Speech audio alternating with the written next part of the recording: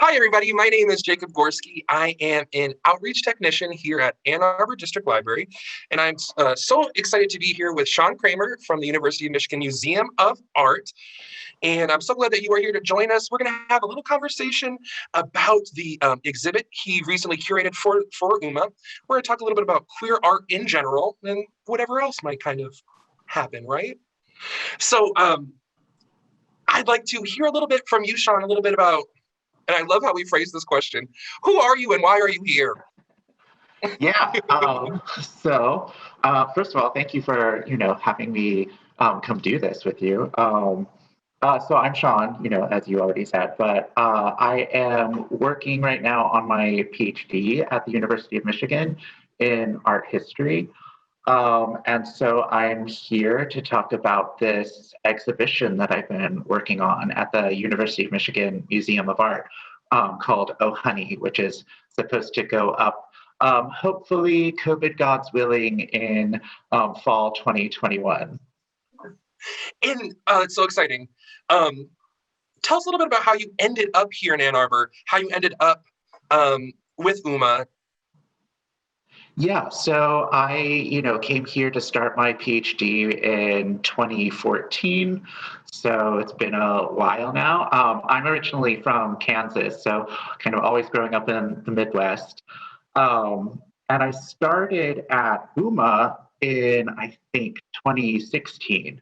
I started as a summer researcher in the photography department, kind of researching their objects for their database. They were just changing their database. And then from there, I worked for a few years as a curatorial research assistant for the curator of photography at UMMA, Jennifer Fries.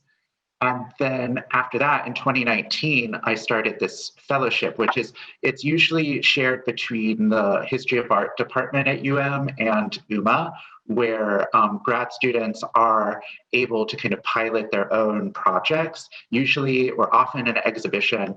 And so it's this kind of amazing opportunity to kind of do your own thing. So that's how I got, to putting this Oh Honey exhibition together. Oh, exciting. And can you tell us a little bit about Oh Honey? Yeah, so, okay, like as I said, it started, kind of last year as I was working on this fellowship. And it is a show from UMMA's permanent collection, so just works that they already own from kind of roughly end of the 20th century into the 21st century, so kind of very modern and contemporary. And all of the works sort of have something to do with kind of the relationship between intimacy, gender, sexuality on the one hand, and forms of kind of state or corporate power on the other. And yeah, so I was just, really kind of interested in that kind of issue from my own kind of dissertation work, for one thing, and then also from this kind of moment we're in where it seems, or it really, is, where kind of online platforms have begun or have been increasing censorship of kind of sexually related content or people's bodies that have then been criticized for really kind of unfairly targeting LGBTQ artists and content creators and sex workers and things like that. So that was the kind of moment I was wanting to respond to. Though obviously, UMMA doesn't have art that specifically addresses that. But it was kind of the issue that I wanted to pick up. And then lastly, I was also just really interested that UMMA had never really had an exhibition that was specifically kind of queer art or queer issues. And so I kind of wanted to do something with that too. Oh, that's fantastic. Something that I would like to hear you talk about a little bit is how you came up with the title of the exhibition. What is that all about? What does Oh Honey mean? Oh, yeah. So, Oh Honey, just, being this kind of, it's, this phrase that can kind of get used for anything. If you're, trying to sort of set your friends straight and you're just like, oh, honey. Or, if you're commiserating with somebody and you're like, oh, honey, so it's this, kind of catch-all expression. And then I was just really interested, if it's going to be a show about, sort of me as a queer man looking at UMMA's collection, I wanted to kind of bring in some, queer humor, queer affect into the title, and like immediately, show viewers that this isn't your sort of normal queer art show. There's a little tongue-in-cheek action. There's a little wink. Yeah, exactly. And I think something that you said that made my brain kind of go woo was this phrase of "oh honey." I can't tell you exactly why that's queer. I can tell you that it is. Uh-huh. Did you run into similar issues when you were selecting images or selecting artwork from UMMA's permanent collection? And you're like, this is queer, but I don't know. Do you see what I'm trying to ask? Yeah. So actually, no, that's really kind of the like whole current that runs under this entire show. So the works of art are not all, sort of by LGBTQ artists, and they're not all necessarily what we would say like have a queer subject matter.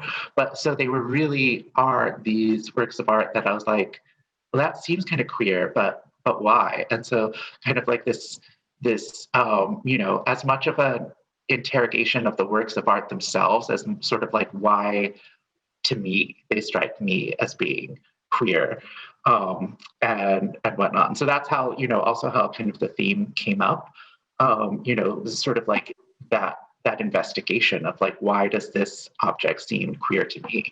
And in fact, it's funny that you asked that question, because I started, looking through, just hundreds of objects, thousands of objects from UMMA's collection, and just being like, that's queer, that's queer, that's queer, that's queer. And then sometimes I was like, can I call that queer? Like, oh no, like, can't, like, what does it mean to label a work of art queer? So yeah, it was a really interesting question that came up all the time. In this word queer, right? We probably said it a million times already in this video, but it reminds me of something that I'm working on as well. For Ann Arbor District Libraries. So I've been producing a podcast in which called the Gayest Generation, right? And what we're trying to do is we're speaking with LGBTQ elders, just kind of recording their stories and sharing them with the world at large. Now, one of the biggest points of contention when I've been speaking with these LGBTQ elders is the word queer itself. Right? Yeah. I was wondering, so how have your, kind of interviewees responded to using that term, or like, what are their thoughts on it? Pretty much everybody has there's a negative connotation for that generation with the word queer. And a few of the people that I've spoken with who have been a part of the podcast have said, I understand that this word means something to y'all. That word doesn't mean that to me. So I can recognize that the word's meaning has changed, but I'm not willing to buy into that definition, or it just means something different to different people. So when we're asking questions about, what is queer art? And then I'm asking the question, well, at the word level, what, I don't want to say what does queer mean, because I know what queer means, but it's just such a point of contention. So yeah. I was even going between, having to come up with this concept and then also write about it.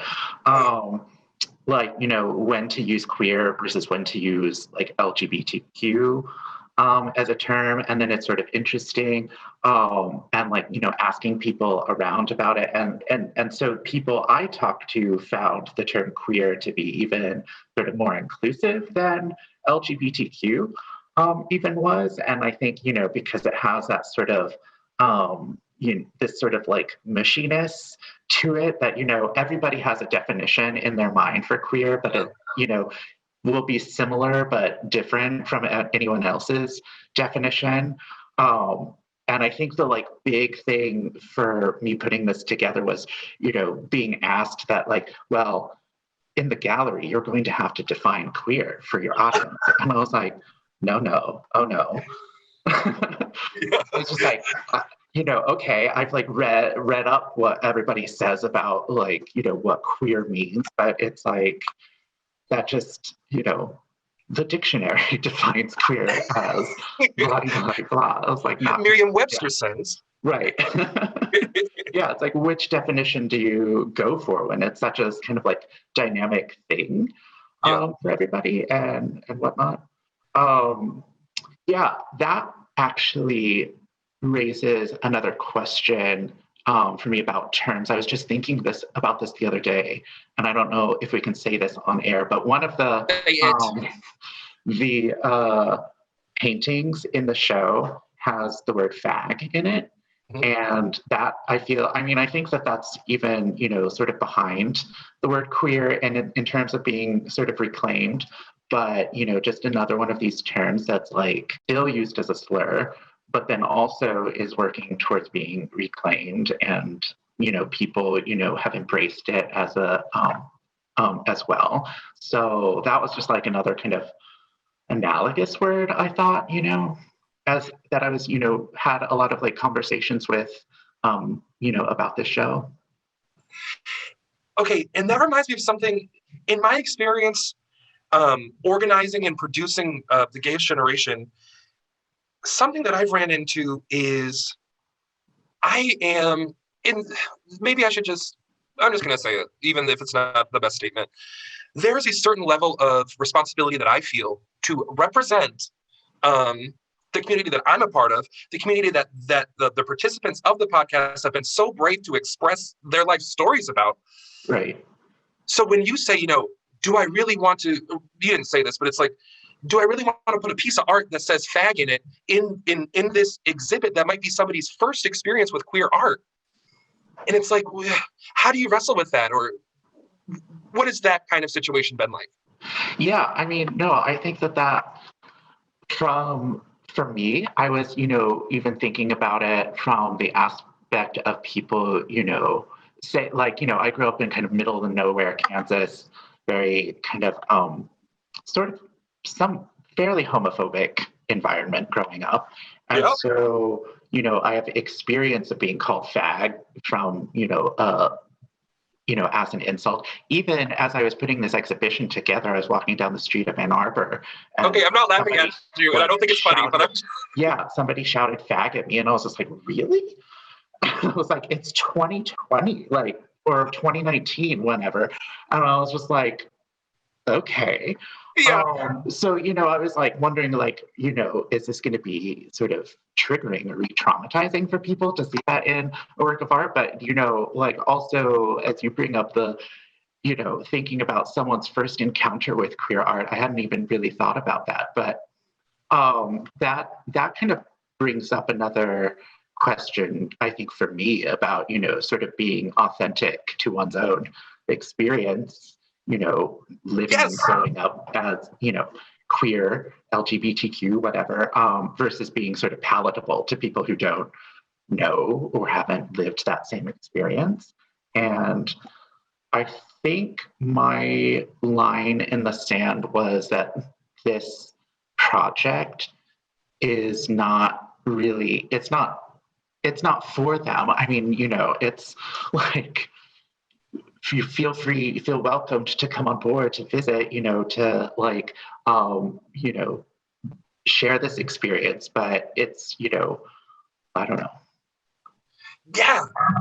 A metaphor that makes me think of is like, I might go try a new food, right? And I'm eating this food and I'm like, oh, this doesn't taste good to me. But I still appreciate that it could taste good to somebody else. And maybe as somebody who, doesn't like spicy food, it's not for me. But because it is food, it is in a sense for me. Yeah. That's like a really crappy metaphor for it. But like, I'm just trying to put words to it, And outside of, this is something that I've struggled with as well with the Gayest Generation, especially as it deals with older people. Is this might not be their first experience with queer art or with queer storytelling. This might be somebody's first experience with queer anything. Right. Which was a big part of why I wanted to make this podcast, is because I wanted to offer exposure to the queer experience in a way that I think could actually open up and change people's minds. I've said this a million times and I'll say it again right here. I don't think that if you tell people facts about stuff that they really care. We've sort of figured that out. Something about the these past years. These past years inform me. So how do you change minds? How do you open minds? And I think one way to go about that, and perhaps the most effective way to go about that, is through storytelling. Right. If you give somebody the opportunity to tell somebody else about their life,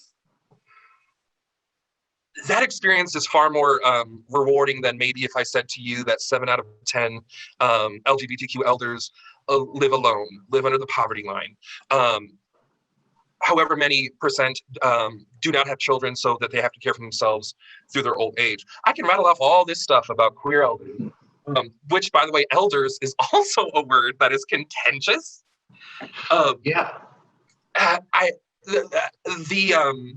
The right term is older adult. Okay. Nobody I talked to was vibing with older adults. Right. Because I mean, so with your, you kind of going between older adult and elder, I mean, they seem to have two very different connotations. So like, I don't know, like why, is there a reason you kind of settled on elders, or why even, the people that you talk to or sort of prefer elder to older adult? So this hasn't really been expressed to me. I find that I'm expressing this to the people participating in the podcast, and they're just like, well, yeah, sure. But I think that elder, with the word elder comes elders are wise. Elders have things to tell you. Welders are welders. Welders. Elder welders. Elder welder, LGBTQ elder welders. But elders have something to teach you, something to show you. So that's why I was like, I think we should go with elders. And they were like, I don't really care. Which is always so refreshing to I've been concerned about this thing. And then the person's like, I don't care. So yes, that's how we settled on elders, which we still haven't settled on. But yeah. Yeah, well, so one of the other things I think is really kind of amazing about your project, and kind of lines up, I think, with mine a little bit, is its sort of focus on the kind of local kind of Ann Arbor, even sort of Michigan area communities. And so is there anything that you kind of learned about Ann Arbor and the or the kind of LGBTQ communities in Ann Arbor, the area, that surprised you? Absolutely. The answer to that question, my brain explodes, because I have learned so many different things through doing this. About Ann Arbor specifically, man, Ann Arbor used to be a lot cooler. Ann Arbor sounds like it used to be really cool. I spoke with Maxie Chanel, who is kind of like a local drag icon. And something that she was telling us about Ann Arbor back in the 90s is there used to be a red light district where the library is right now. There used to be a red light district with like sex shops, and there used to be like 4 different gay bars, and there used to be like clubs. I also spoke with somebody who was kind of who was in Ann Arbor during the 60s and 70s. That sounded really cool too. Yeah. She talked a little bit about there was a willingness to be a little bit freewheeling in terms of your sexuality, open marriages, all this stuff, and I'm like, that sounds really fun too. Well, not fun, but it's just really intriguing. So those are some things I learned about Ann Arbor itself that has been fascinating. I think the big thing that I learned, like underline, italicized, bold, the thing that I learned is that every person has 50 million stories. There are people that you would never expect. And then I asked myself, why didn't I expect that person had a story to tell me? Yeah. But I learned that everybody has something to express, a life experience to share with somebody else that will be in that act of sharing it with somebody else will help them and the other person. Yeah. No, I was thinking as you're talking that it feels, like sort of society and culture these days are kind of really focused on the sort of like young queer experience right now, and sort of the, elders that you're talking to might otherwise get consigned to boomers or whatnot. So I think that that is, very, like amazing thing that you're kind of like, well, talking to people who were, of course, young, and they're also still here and still queer, even if they don't want to say that they are. Yes. Yeah. Totally. So, And there's one example of that. Our second episode is with Randy Hassell. Shout out to you, Randy. We love you, Randy. When I'm getting to know somebody before we sit down and record an episode of the podcast, we basically go over all the conversation points we're going to talk about. Because I'm not trying to be rude, and I'm not trying to be Diane Sawyer. I'm not trying to hit you with a zinger. I'm not trying to be like, and what about? We go over it. So there was the things we were going to talk about during the recording. And then, like 40 minutes in, he was like, oh, yeah, I forgot to tell you I was stabbed and mugged in Morocco. I was like, Mr. Randy, you have to tell me that story. Because where we were going next into the conversation was we're talking about how he used to own a liquor store on Tittabawassee Road in Saginaw. So I thought we were going to talk about how he owns a liquor store. Right, no, we're going to talk about how he got mugged in Morocco. Yeah. And I think what that goes to show is that, like the next time I went into a liquor store, I was like, I know this guy's got a story. I saw the world differently, and how I interacted with people changed for the better. Yeah. Learning these stories from these people made the world brighter for me.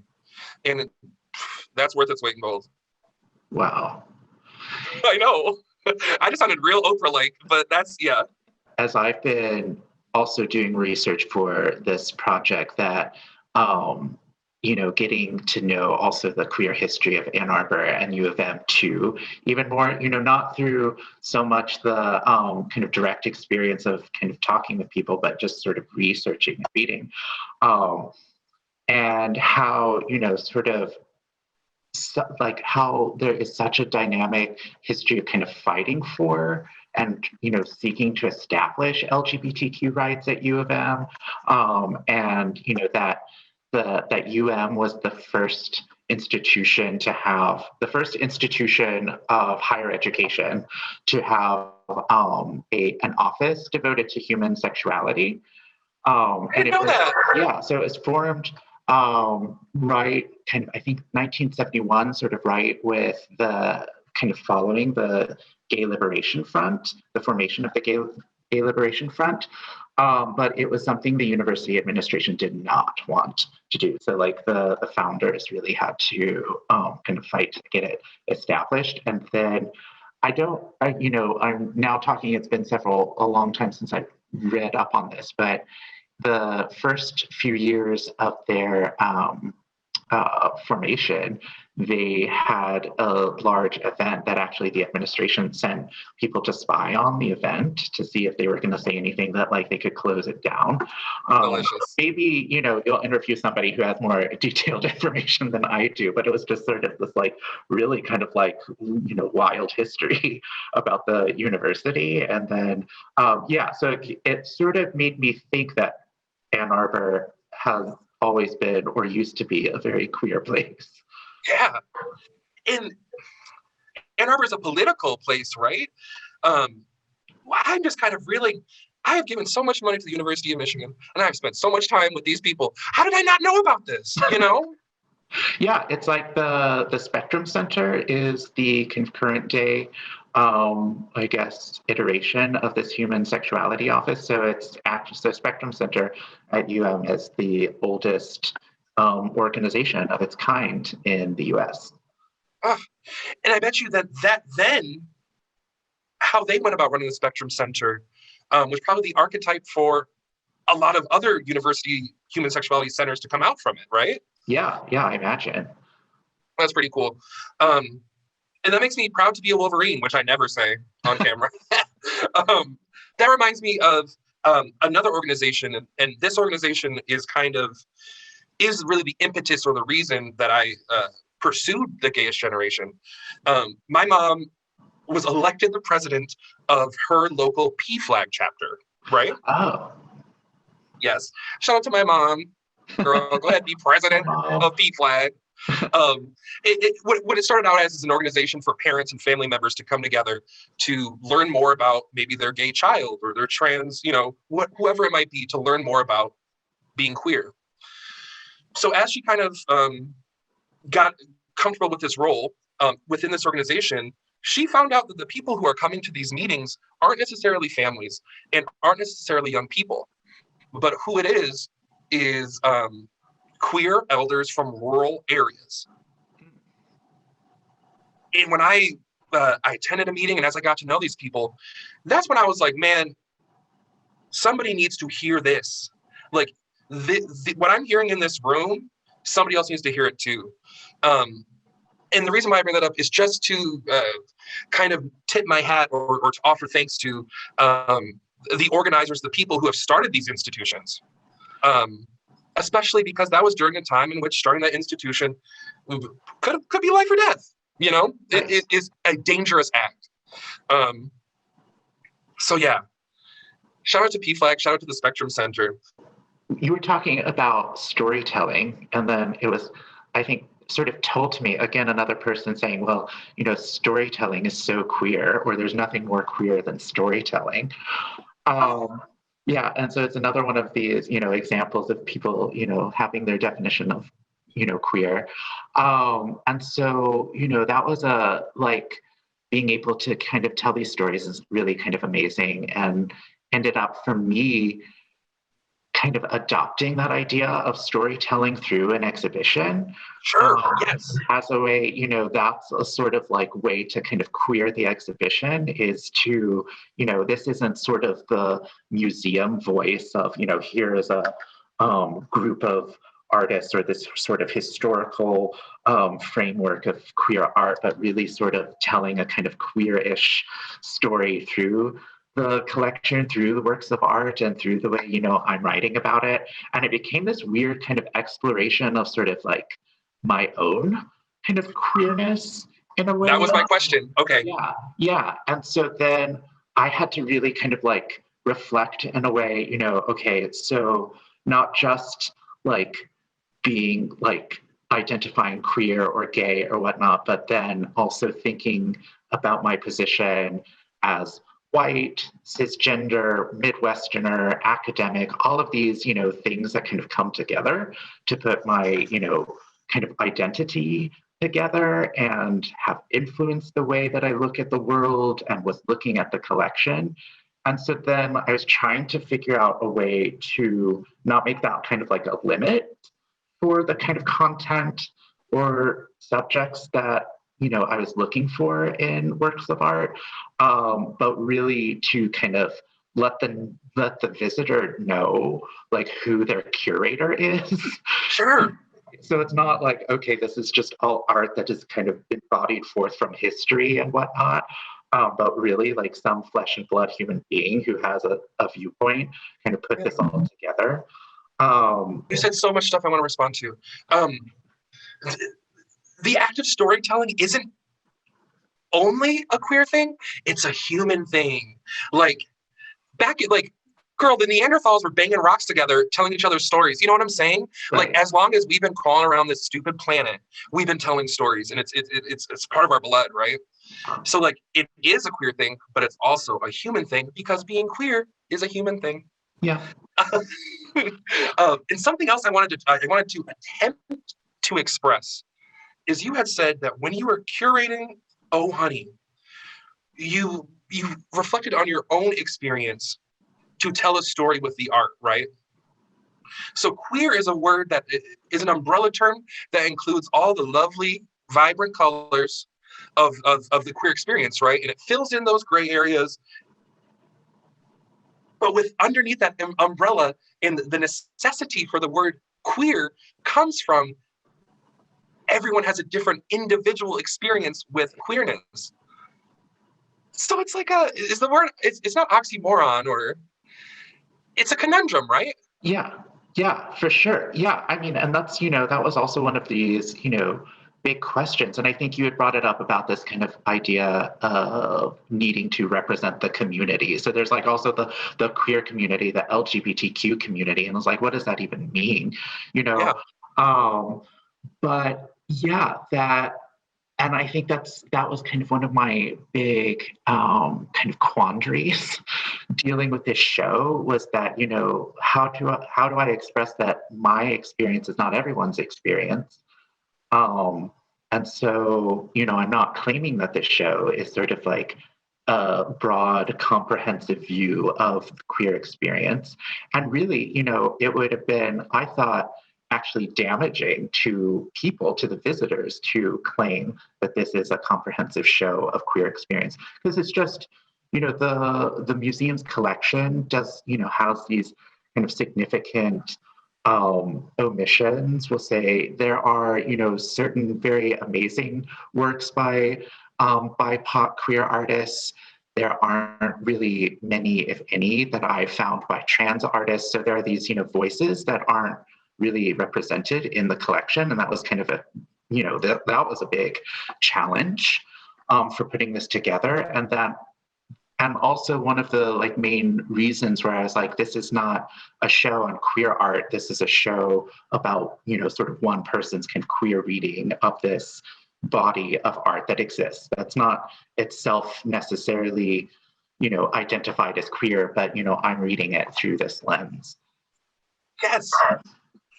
And with the podcast, this is how I would like it to be interpreted, is like, I'm just there to hold the microphone out. Mm-hmm. And then these people's individual stories will somehow shed light on the greater experience of what it means to be an LGBTQ elder. But this group of individual stories cannot, it is impossible for every part, facet, experience to be expressed. So it's like a wonderful project that has no end, and I love that about that. It's like a mission that we're just on until I would like to hear a little bit from you about maybe some individual pieces or just one individual piece from the exhibit. Tell us a little bit about that and why you like it so much and what people can expect when they are able to come to the exhibit in fall 2021. Yeah. So one of the things that has just been so exciting to be working on that I've actually been kind of working with a lot lately is this set of prints by Chitra Ganesh. It's called Sultanas Dream. And so the title comes from this 1905 short story by a Bengali Muslim feminist woman who wrote this sort of feminist utopia, this early feminist utopia, where this woman, Sultana, this kind of character Sultana, kind of dozes off and then has this dream about this land called Ladyland, where the kind of realm is sort of ruled all by women. They have a queen, and they're, all interested in kind of collaboration, technology, all of their kind of technology, cooking, everything is powered by the sun and whatnot. And sort of the men in the society have the interior role. They're all consigned to the house. And so it's about this kind of flipping of gender roles. And then Ganesh came, her kind of not even her prints really sort of reimagine this story and in really kind of cool ways where she's taking, aspects of kind of Hindu iconography on the one hand, and also just sort of like, I don't know, queer costuming and sort of science fiction kind of futurist works, and does this really kind of cool sort of black and white sepia tone series of prints that are just, really amazing. And so there are 27 of those, and they're going to fill this whole wall. And they're just kind of awesome. And we've also been working with Ganesh to have her come give talks and work with students when that'll be, up on the website and also available once the show goes up. In fact, I think even before. So yeah, that's been a really kind of amazing thing to kind of work with and get to know that project a bit more. So go look up Chitra Ganesh's Sultana's Dream and just, everything that she's done, which is amazing. That sounds fantastic. And it is an encapsulated story within your exhibition of other stories. Yeah, yeah. Oof. Yeah, and so that's, I mean, interesting. You kind of reminded me that, so it's based off of a story, but it's also the images kind of tell their own story that's even like separate from the original, short story that they're based on.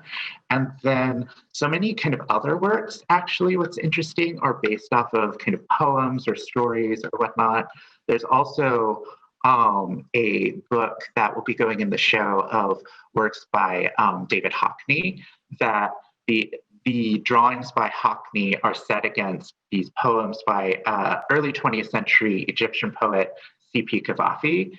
And the poems are really kind of moody and melancholic, but they're also about kind of, queer gay relationships and whatnot. And so there's that. And then so many, kind of other works either involve, storytelling or are based off of kind of poems and stories too. So that was a kind of, interesting undercurrent of the show that I think, I don't know that I intentionally meant it to be that way, but was like really cool when it kind of was like, oh, these, works all have this in common. So yeah, that was kind of a fun thing. This worked out real nice. I was kind of wondering, has like our current situation, like the pandemic and whatnot, has that presented challenges for you doing the podcast? Or what I want more and more episodes. We have 5 episodes out right now. I want 50 million out right now. You know what I'm saying? And there's, with the holidays and with COVID-19, there's kind of been a halt in production. What I'm really trying to do is to make as many of these episodes as we can, because it's not even, I'm not really making the episodes. Somebody else is talking a lot and making up those episodes. So that's what I'm working on. I would also love to get participants from the podcast to sit on a panel together, especially that they don't know each other. Yeah. And then for them to tell stories and to answer questions in real life. Oof, in real life. What a concept. How about you, Sean?